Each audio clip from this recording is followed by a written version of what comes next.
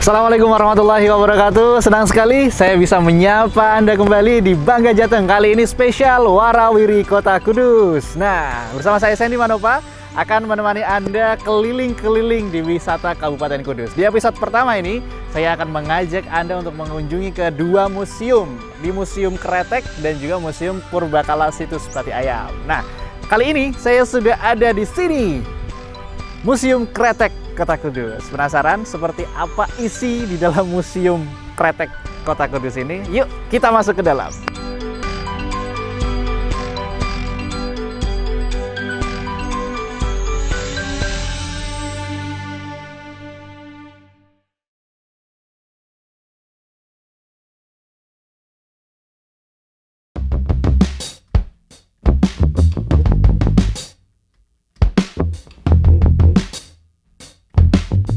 Kembali lagi di Bangga Jateng spesial Warawiri Kota Kudus. Nah pemirsa, sekarang saya sudah di dalam ruangan area Museum Kretek Kota Kudus ini. Dan apa saja yang bisa kita pelajari yang ada di dalam Museum Kota Kretek Kudus ini. Nah, sepertinya tidak afdol kalau saya hanya keliling sendirian gitu ya. Jadi lebih baiknya ada yang namanya pemandu. Nah, kita langsung saja panggilkan Mbak Novi. Selamat pagi, Mbak. Ya, pagi. Oke, kalau boleh tahu Mbak Novi ini di Museum Kretek selaku apa, Mbak? Oke, kebetulan saya di sini sebagai edukator museum. Edukator. Jadi saya nggak salah nih ngajak beliaunya ini untuk mencari tahu apa yang ada di dalam Museum Kota Kretek ini. Baik, langsung ke spot pertama. Saya melihat ada sosok tokoh nih. Ini yang disebut Bapak Nitis Mito itu beliau ini. Iya, Pak Nitis Mito ini. Jadi beliau ini adalah seorang pionir industri kretek waktu itu. Jadi pengusaha rokok pertama di Kabupaten Kudus. Betul. Tapi sebelumnya itu ada lagi, Mas. Siapa tuh? Itu ada Pak Haji Jamhari yang menciptakan pertama kali yang namanya kretek itu apa sih? Nah, itu digagas oleh Haji Jamhari ini. Oh gitu. Tapi kenapa akhirnya Bapak Nitis Mito yang menjadi? Ya, karena beliau ini pengusahanya. Oh gitu. Ya, Pak Haji Jamhari penemunya, seperti itu. Baik tuh. Baru tahu kan? Ya. Dan kalau boleh tahu perusahaan rokok yang dimiliki oleh Pak Nitis Mito saat itu apa sih namanya? Dulu namanya Bal3. Bal3. Jadi sebelum Bal3 itu sebenarnya ada lagi Kodok Nguntal Ulo. Kodok Nguntal Ulo. Nah, seperti responnya Mas nih. Iya. Katak, makan, ular.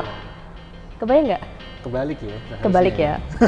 Tapi itu ada. Pasti ada makna ya di balik itu. Cuma karena merek itu dikira belum belum tenar seperti itu, belum hoki. Jadi akhirnya beliau berganti, rebranding dengan cuman gambaran bulatan 3.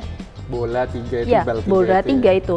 Dan masyarakat ada yang menyebutnya Bal 3, bola 3, bal telu. Nah akhirnya bekennya ini di masyarakat ini Bal 3 gitu. Iya. Siap. Ini bener-bener edukatif banget nih ngobrol sama Mbak Novi ini ya, nggak salah gitu kan. Nah, dan di sini bisa dilihat riwayat hidup Bapak Nitis Mito gitu ya. Bisa di zoom ke kalimatnya, ini banyak banget, ada 1, 2, 3, 4 paragraf yang intinya tadi garis besarnya sudah disampaikan sama Mbak Novi gitu ya. Jadi kalau penasaran datang dong ke Museum Kretek Kabupaten Kudus. Baik, kita lanjut yuk keliling lagi. Ke mana lagi nih, Mbak? Oke, nah sekarang ini kita ada di mana nih, Mbak Novi? Nah, ini tuh kayak bahan baku. Nah, di sini ada yang paling menarik itu di sisi ini, ada klobot. Saya melihat kayak ini ya, kulit jagung ya? That's right, kulit jagung. Nah, jadi kretek zaman dulu itu bungkusnya pakai klobot, bukan kalau sekarang yang pakai kertas. Betul, gitu. sekarang pakai kertas. Kita lihat yuk. Silakan kita ke sini. Oke. Nah, klobot ini bayangin harus dibesut satu persatu dengan tungku kecil ini. Dibesutnya maksudnya ditipis? Kayak disetrika. Oh. Jadi tungku kecil ini nanti di dalamnya ada arang panas, nanti plat besinya panas, dibesut pakai seperti kertas semen mungkin ya. Oke. Nah itu dibesut satu persatu selembar demi selembar. Iya. Untuk bisa dijadikan. Usahanya ya bener-bener ini ya. Totalitas banget. Ribetnya gitu. ya. Oke. Jadi itu yang menjadi yang menjadi keluar biasaan saat itu gitu. Jadi ini pertama kali rokok kretek ya pakai ini. Pakai klobot. Biasa, pakai klobot. Ini adalah kulit dari jagung. Dan sebelum memang dibikin lintingannya dia harus dirapihin dulu gitu ya. Pakai apa sih kalau kita bilang digarang ya? Dipanasin ya? Dibesut. Beda. Kalau dibesut itu kayak digosok gitu. Kayak kita nyetrika, bener-bener kayak kita nyetrika. Dihalusin. Baik. Karena dia setelah dijemur itu dia keriting. Terus dia pakai benang juga? Iya, pakai benang. Diikatnya pakai benang. Kalau kertas kan pakainya lem tapioka ya. Iya. Kalau di klobot itu pakai benang diikat. Biasanya satu batang itu ada 3 ikatan. Dan nanti warnanya sesuai dengan jenisnya. Mungkin merek gitu. A pakai benang warna ini. Warna hijau, ya. merah, coklat, ya. Betul. Macam-macam ya. Oke, dan kita langsung ke sebelahnya. Ada alat buat ngelinting. Ya, betul. Ini namanya gilingan. Gilingan. Nah, itu ada tiga tipe atau gimana? Iya, ini dari apa ya? Bisa dikatakan dari masa ke masa. Jadi mungkin setiap ini memiliki desain sendiri-sendiri. Tapi yang digunakan saat ini di industri sigaret kretek tangan yang kayak gini. Yang ini. Jadi ini yang pertama kali. Ya. Oke. Terus bergeser. Sekarang yang dipakai yang sebelah sana. Siap. Baik, begini alat yang buat melinting rokok kretek. Nah, terus ini peralatan ini kemas buat packaging ya? Packaging ini per 1 slot. Per 1 slot dulu itu pakai kertas coklat loh. Kertas coklat, kertas semen gitu? Kertas sampul.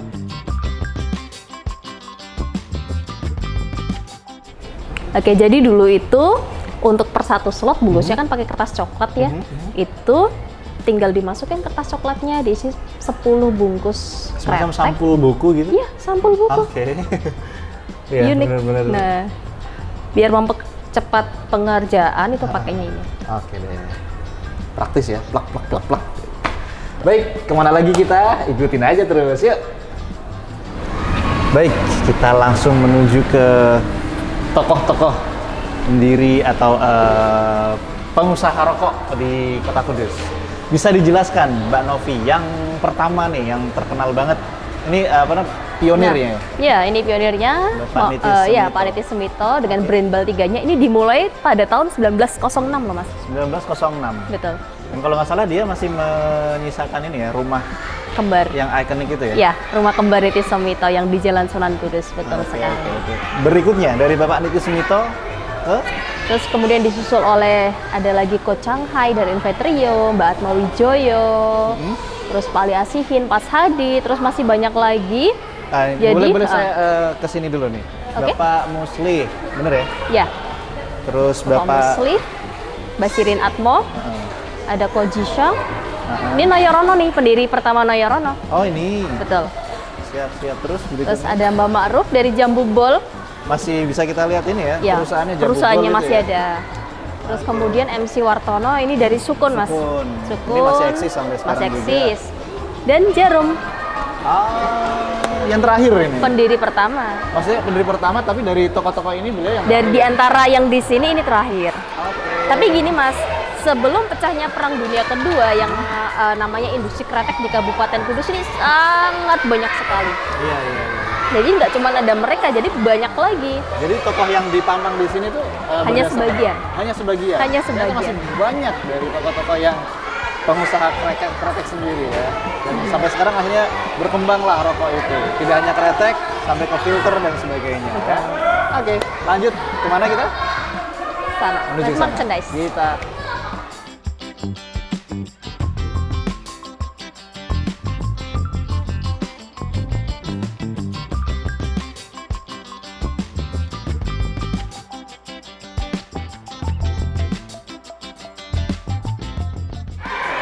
Nah, sekarang kita sudah di benda-benda promosi masa lalu. Jadi marketing itu kalau sekarang banyak marketing digital. Tapi kala itu bagaimana cara mempromosikan produk-produk kretek itu sendiri? Zaman Perang Dunia Kedua. Kita tanya. Langsung bisa dijelaskan. Jadi ini ada beberapa merchandise ya yang di sini. Ini tuh ada keramik-keramik ya, ini dari Baltiga juga. Sebagian dari Baltiga juga. Yang dari Baltiga ini khusus, kenapa? Ini dulu dibuatnya di Jepang dan keramik-keramik ini tuh untuk reward. Iya, impor. Dari Jepang ya? Iya, bayangin kita belum merdeka loh Mas. Kita belum merdeka. Sudah mendatangkan produk dari luar. Wow, keren. Dan saya melihat ada pesawat Hawker. Fokker, pesawat zaman kuno gitu ya. Iya. Nah, buat apa sih pesawat ini? Dulu ini dipakai oleh Baltiga, artinya disewa oleh Baltiga untuk menyebarkan brosur ke daerah Jakarta dan sekitarnya. Jadi saat itu cara marketingnya dia dengan men-spreading brosur ya. Jadi Betul. kalau di luar gitu kan orang nanam padi dengan spreading benihnya. Kalau ini spreading brosur gitu. Keren ya. Kala itu sudah ada ide seperti itu.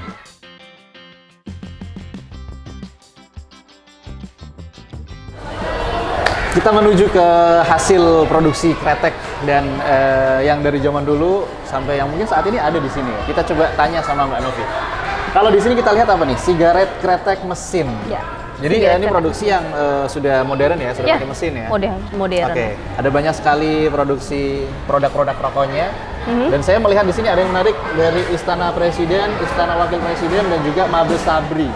Kalau sekarang ini Mabesat ya, Mabes TNI gitu. Ya, betul. Ini zaman dulu ada 3 jenis ini. Saya nggak tahu ini khusus special edition mungkin ya, atau gimana Mbak? Ya, kalau kita melihatnya juga special edition Hah? untuk mereka. Gitu. Oh gitu. Jadi mungkin itu dijadiin endorse kali ya. Jadi Oke, kita menuju ke sebelah ini. Oke. Di Nah, sebelah di ini sini, ada yang kemasan besar. Ini bentuk satu slop-slopan ya. Ya, satu slop atau isinya 10 bungkus. 10 bungkus itu udah pasti satu slop. Ya. Satu slop isinya 10 bungkus.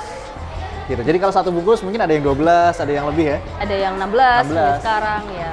Bahkan kita punya yang isi 3 loh. Isi 3 3 batang. batang toh. Satu bungkus 3 batang. Itu yang masuk SKM atau Itu yang nanti di sana di SKT. SKT. Kita langsung menuju lagi. Muter lagi ke sini. Nah, di sini ada produksi yang zaman dulu. Ini vintage banget ya. Iya. Ini kretek lobot. Jadi kretek lobot itu bentuknya dia mengerucut. Gini ya. Ya, Kayak kecil terapin. di bagian hisap. Ah, Nah, oke. makanya dia bungkusnya seperti ini. Iya. Dan ini yang diceritakan tadi pakai kertas kertas sambul ya. Ya. Kertas coklat itu. Sebelahnya. Nah, ini yang mesin bukan pakai mesin tapi sigaret kretek tangan. Yang sampai sekarang mungkin masih ada produksinya yang memang karyawan ini pakai tangan ya. Disebutnya apa sih? pakai gilingan. Batil bukan sih? Batil giling. Batil giling. Nah, ini nih hasil produknya. Nah, ini yang saya katakan tadi, Mas. Isi 3. Ini ya, Ya, isi 3 batang. Muria. Zaman dulu ini tapi kan. Ya. Sekarang udah nggak ada yang isi 3. Baik, itu tadi pemirsa jalan-jalan saya bersama dengan Mbak Novi. Sudah keliling, kita dikasih edukasi, dikasih tahu sejarah bagaimana marketingnya, terus produksi pertamanya, toko-tokonya, semuanya lengkap di sini. Kalau penasaran, datang aja langsung ke Museum Kretek Kota Kudus. Mbak Novi, terima kasih ya. Sama-sama. Terima kasih sudah ditemani untuk hari ini, dan salam sehat, sukses selalu ya Mbak Novi ya. Amin. Baik pemirsa, kembali lagi nanti kita di Bangga Jateng spesial Warawiri Kota Kudus.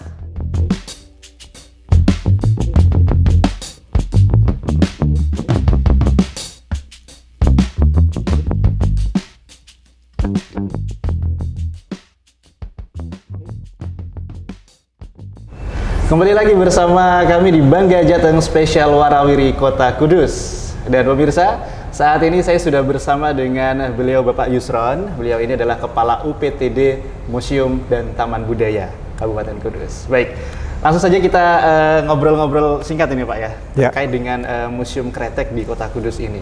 Sebenarnya awal didirikannya ini alasannya apa Pak? Didirikannya Museum Kretek Kudus. Museum Kretek ini diresmikan tahun 86. Berawal ketika Bapak Suparjo Rustam waktu itu menjabat sebagai Gubernur Jawa Tengah. Ketika berkunjung Kudus di tahun 83, merasa prihatin di sini yang terkenal dengan kota kretek tapi tidak mempunyai semacam untuk menampung bagaimana sejarah ini bisa terekspor ke masyarakat. Kemudian dengan ide beliau menyampaikan sebaiknya dibuatkan museum dengan materi atau tema tentang kretek Kudus. Kemudian ide itu ditangkap oleh teman-teman kita atau dari PPRK. PPRK itu adalah dari Persatuan Perusahaan Rokok Kudus.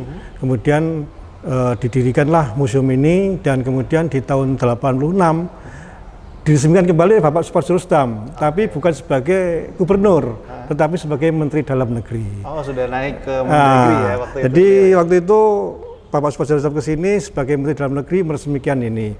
Namun pengelolaannya di bawah kendali oleh PPRK. Dengan perkembangan waktu dan kebutuhan untuk pengembangan ini kemudian oleh PPRK diserahkan ke Pemda. Iya, jadi itu tadi adalah alasan berdirinya Museum Kretek di Kudus ini. Dan pertanyaan berikutnya Pak, yang menjadi daya tarik nih untuk anak-anak muda terutama anak-anak remaja yang masih di bangku pendidikan gini Pak, biar lebih mengenal Kota Kudus dengan Museum Kreteknya, gimana Pak? Oke. Museum Kretek ini kan menyajikan perkembangan kretek dari masa ke masa. Kami harapkan dari terutama pelajar bisa mempelajari di sini tentang edukasinya. Bukan berarti kita mengajari merokok, enggak. Tetapi bagaimana sejarah kretek ini di Kudus ini berkembang pada waktu itu. Dan yang terpenting lagi adalah semangat dari seorang tokoh kretek kita, Bapak Niti Sumito, ketika pada zaman Belanda, beliau bisa membesarkan perusahaannya dengan kondisi masih penjajahan, tetapi beliau dengan kemampuan, meskipun tidak sekolah, tapi punya kemampuan manajemen perusahaan yang bagus sekali, dan itu bisa dibuktikan dengan pembukuan yang ada di perusahaan beliau.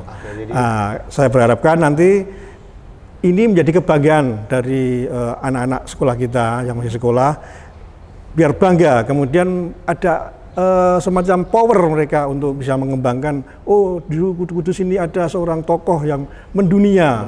Nah, sehingga ini menjadi motivasi mereka semua, dan mereka bisa menjadikan sesuatu ini menjadi pertimbangan mereka untuk lebih bisa mengembangkan dirinya mereka. Jadi yang menjadi daya tarik dari Museum Kretek ini yang paling diunggulkan ikonnya gitu Pak?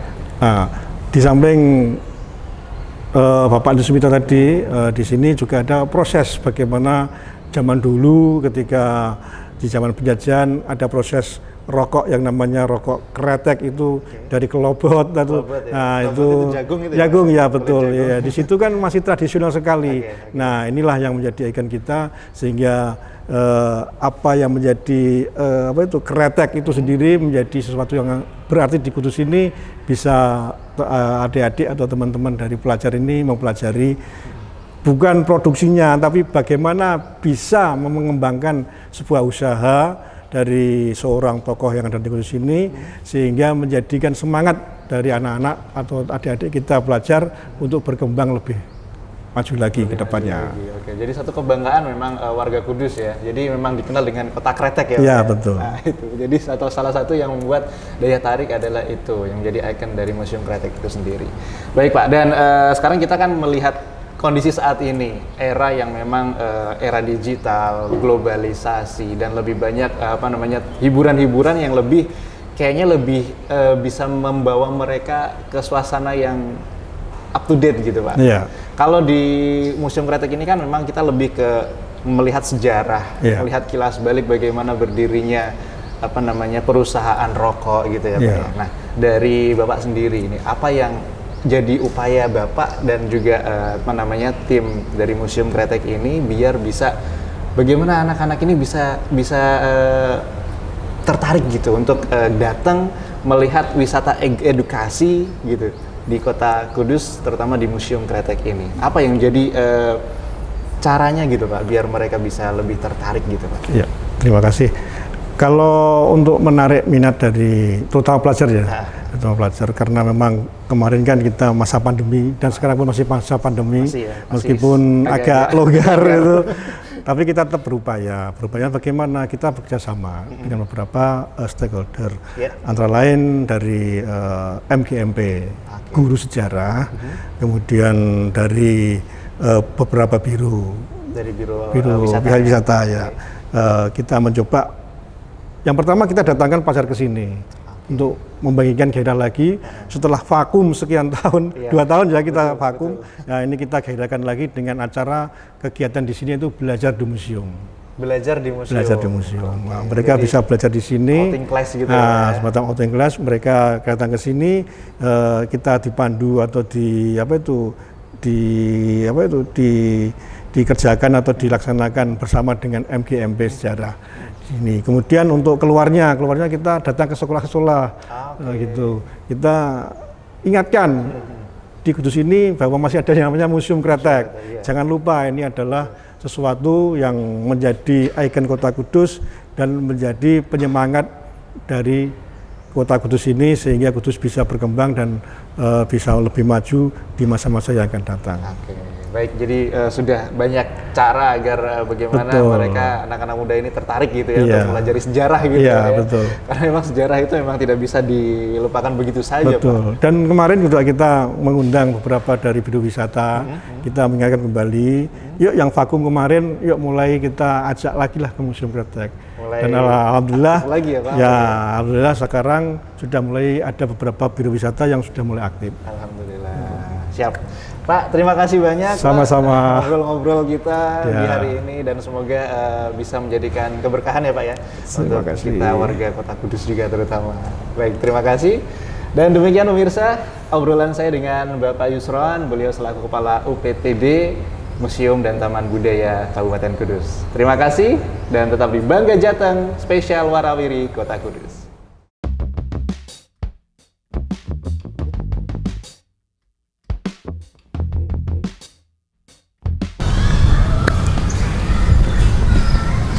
Nah, itu tadi perjalanan kita di Museum Kretek Kota Kudus. Sudah jelas ya, banyak sekali sejarah yang ternyata baru kita ketahui.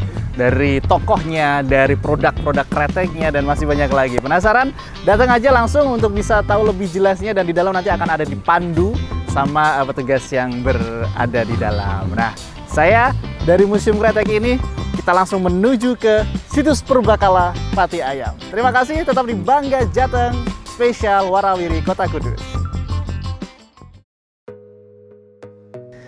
Baik pemirsa, kali ini kita sudah berada di situs Purbakala Pati Ayam. Ada apa aja sih di dalam situs Purbakala Pati Ayam? Dan keseruan apa aja sih yang ditawarkan di dalamnya? Simak terus yuk dan ikuti Bangga Jateng spesial Warawiri Kota Kudus. Kembali lagi bersama saya Sandy Manopa di Bangga Jateng spesial Warawiri Kota Kudus. Dan saat ini saya sudah ada di situs Pati Ayam, situs Purbakala Pati Ayam yang tepatnya ini adalah tujuan kita di episode kali ini yang kedua ya. Kalau tadi sudah dari Museum Kretek, kita sekarang di Museum Situs Pati Ayam, benar ya Pak ya? Betul. Dan betul, sekarang saya sudah bersama dengan Bapak Jamin. Bapak Jamin ya. Selamat siang Pak. Selamat siang Mas. Sehat ya Pak ya? Alhamdulillah sehat. Alhamdulillah. Baik, di sini kita lihat ada dari namanya saja sudah situs Purbakala, situs Pati Ayam. Kenapa disebut Pati Ayam sih Pak awalnya Pak? Kalau disebut Pati Ayam itu karena ada Mas, sugesti dari warga setempat. Maksudnya ada legenda, memang ada cerita dan legenda itu menjadi dia katakan situs Pati Ayam karena di perbukitan Pati Ayam. Oh gitu. Itu ada kaitan ya di lereng Gunung Pati Ayam, gitu betul ya. ya, betul Mas. Oke. Betul. Dan dari sejarah pertama didirikannya wisata Purbakala ini Pak, itu bisa tolong dijelaskan? Ya mulai sejarah didirikannya museum itu dan ada proses Mas, dari mulai rumah fosil dari mulai tahun 2006 bahwa warga banyak menemukan benda-benda bersejarah, benda-benda yang atau fosil katakanlah. Fosil-fosil. Tapi ya? pada waktu itu belum tahu fosil. Oke. Tahunya warga memang hanya balung buto. Karena warga itu tahunya nemuke balung kok di luar nalar, besar dan panjang itu ya. Dan ternyata ini adalah binatang purba. Setelah banyak ditemukan, semakin banyak ditemukan, terus warga membentuk suatu paguyuban, akhirnya ditemukan di suatu rumah warga selama 5 tahun. Setelah banyak pengunjung, banyak teman, akhirnya desa mulai melirik dan mulai 2010 desa Terban memberi fasilitas Polindes Mas, atau bekas poliklinik desa. Pada waktu berarti itu baru ya 2010 ya? Iya, ya 2010. Jadi mulai 2006 sampai 2010 dipindah ke fasilitas desa. Fasilitas desa. Karena semakin banyak temuan setelah di balai desa itu memberi fasilitas desa dengan bekas poliklinik desa. Semakin banyak temuan dan pengunjung semakin banyak dengan terus dari dinas-dinas terkait, akhirnya dari Pemkab mulai ada respon dengan memberikan suatu fasilitas. Terus memberikan kerjasama menyewa lahan desa, Mas, ini lahan desa. Oh, jadi lahan desa ini yang dipergunakan untuk untuk mendirikan wisata ini. tempat wisata. Terus setelah mulai 2005 sampai 2010 di desa, akhirnya mulai 2000 sampai 2014 ya kita pindah ke gedung baru Mas yang ini, gedung baru yang ini 2014 dengan anggaran APBD. Ya, anggaran APBD. Jadi kenapa diambilnya di sini karena awalnya adalah lahan desa yang dipakai gitu ya. Lahan desa yang dipakai. Tapi dari persebaran fosil-fosil yang ditemukan itu apakah memang di daerah lingkungan kantor desa di sekitar sini atau di Gunung Pati Ayamnya? Kebetulan sebaran fosilnya itu kan ada di 2 kabupaten. 2 kabupaten? Iya, situs Pati Ayam itu kan ada di 2 kabupaten, Kudus dan Pati. Ada di 5 kecamatan, yang 3 kecamatan, di Kudus 2 kecamatan, di 1 di Pati 1 kecamatan. Tapi yang dari kecamatan yang ikut di Kabupaten Pati itu akhirnya semua masuk sini ya, semua masuk di sini. Baik. Jadi ada banyak nanti ya bisa dijelaskan juga apa temuannya apa saja, apakah memang dari yang belakang ini replika atau gimana ya? Ini yang belakang ini replika Mas. Jadi ini hanya suatu. Maksudnya dengan skala yang sama 1:1 ya? 1:1. Cuman memang bukan tulang aslinya. Tulang aslinya dari fiber Mas. Oke. Ini sebetulnya kalau aslinya menurut dari ahli-ahli arkeolog itu tingginya 2 kali lipat, 6 sampai 7 meter tingginya kalau yang gajah stegodon itu. Ya ini karena menyesuaikan gedung. Gitu, jadi seharusnya memang lebih tinggi, bener replika berarti namanya. Dan yang kedua ini pengunjung atau wisatawan bisa berimajinasi seperti berarti seperti inilah ada beberapa bagian hewannya gitu loh, badan hewan mulai dari rusuk, kaki macam-macam seperti ini. Itu. Ini jenis gajah apa Pak? Ini jenis gajah Stegodon trigonocephalus atau gajah purba. Ya. Kebetulan di Museum Purbakala Pati Ayam sudah mengoleksi 2 spesies gajah dari Stegodon trigonocephalus dengan Elepas atau Lempatidae. Dan ada gading sebesar itu atau berapa part bagian dari tulang-tulang itu masih ada yang tersimpan secara utuh atau? Kebetulan temuan yang paling bagus panjang menurut dari teman-teman tenaga ahli arkeologi itu memang hampir 100% di Pati Ayam yang temuan-temuan paling utuh ya? Sampai hampir 3-4 meter lah katakanlah. Bayangan saya itu yang disimpan di museum ini Pak? Iya. Ada itu Mas yang di depan ini Mas, yang di depan itu temuan paling spektakuler ya. Depan situ ya nanti. Itu 2 temuan dari 8 hampir bisa dipresentasikan 80% satu gajah purba dalam satu titik. Iya. Jadi itu Mas. Jadi keren ya. Ya alhamdulillah. Itu yang menjadi daya tarik terutama ahli-ahli arkeolog, geologi dan. Jadi ini adalah poin daya tariknya poin daya tariknya untuk di situ. akhirnya didirikan wisata Purbakala Purbakala ini. ya. Daya tariknya ya itu tadi karena memang benda purba yang tidak banyak ditemukan di banyak tempat. Betul, gitu ya. Tidak banyak ditemukan di semua kabupaten belum tuh ada tuh Mas gitu. Siap. Dan saya mau tanya lagi nih Pak. Kalau sudah terkoleksi di sini terkumpul semua benda-benda temuan tadi ya.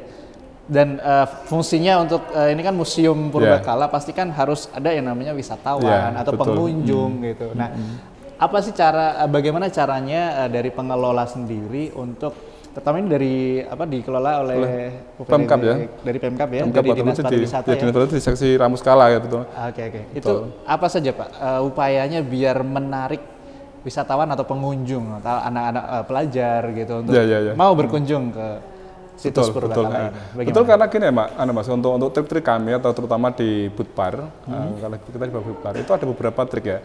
Karena tidak semua orang itu terus senang dengan suka dengan barang-barang purba itu belum suka. Jadi langkah-langkah kami taruh dari Budpar itu pertama adalah sosialisasi.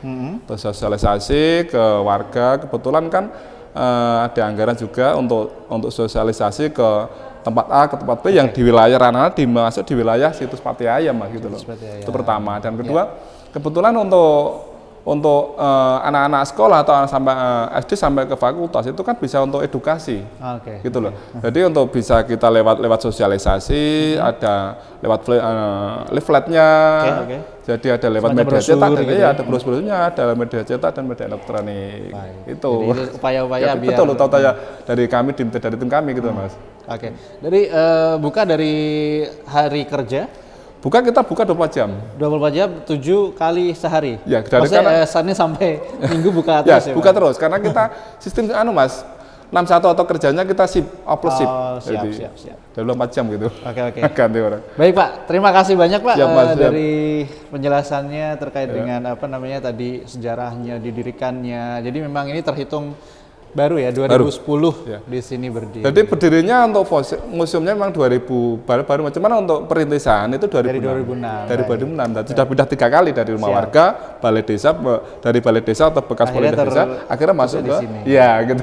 Siap. Dari Pak Jamin makasih banyak Pak. Siap Mas, Terima ada kasih ya, banyak. semoga sukses. Dan nanti kita coba keliling-keliling lihat hasil temuan yang ada di sini. Siap, monggo, siap. Terima kasih banyak. Siap, Mas, ya. Baik, pemirsa, itu tadi obrolan saya dengan Pak Jamin. Baik pemirsa, di situs Purba Kalapati Ayam juga ada temuan fosil gajah purba yang masih asli dan nyaris utuh. Tempat lokasi temuan tersebut ada di atas Gunung Pati Ayam. Nama lokasinya adalah Gardu Pandang, situs Purba Kalapati Ayam. Selain ada temuan fosil gajah berusia jutaan tahun, para pengunjung juga bisa menikmati suasana Gunung Pati Ayam dari Gardu Pandang, situs Purba Kalapati Ayam.